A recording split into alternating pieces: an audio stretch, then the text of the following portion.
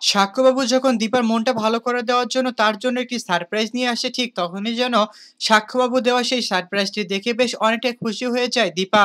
তারপর যেন সে মনে মনে ভাবতে থাকে যে আরে আমি তো এগুলোর মাঝে পড়ে উর্মির কথা ভুলেই গিয়েছিলাম।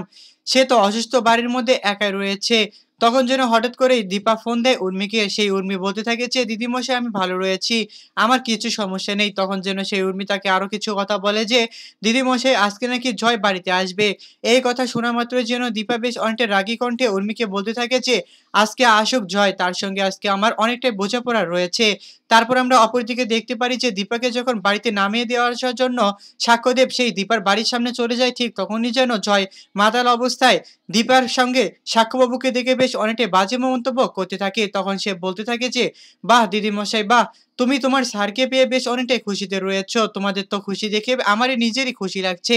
অপরদিকে আমার দাদামশাই তো নিজের গার্লফ্রেন্ডকে নিয়ে বসে রয়েছে। তোমরা দুজন কি কখনোই আর এক হবে না? আমরা তো সারাটা জীবন তোমাদের এক হওয়ার জন্যই চেষ্টা করে গেলাম। কিন্তু কোনোভাবেই যেন আমরা সেই চেষ্টাকে আবারও সফল করতে পারলাম না। আমাদেরকে মাফ করে দিও।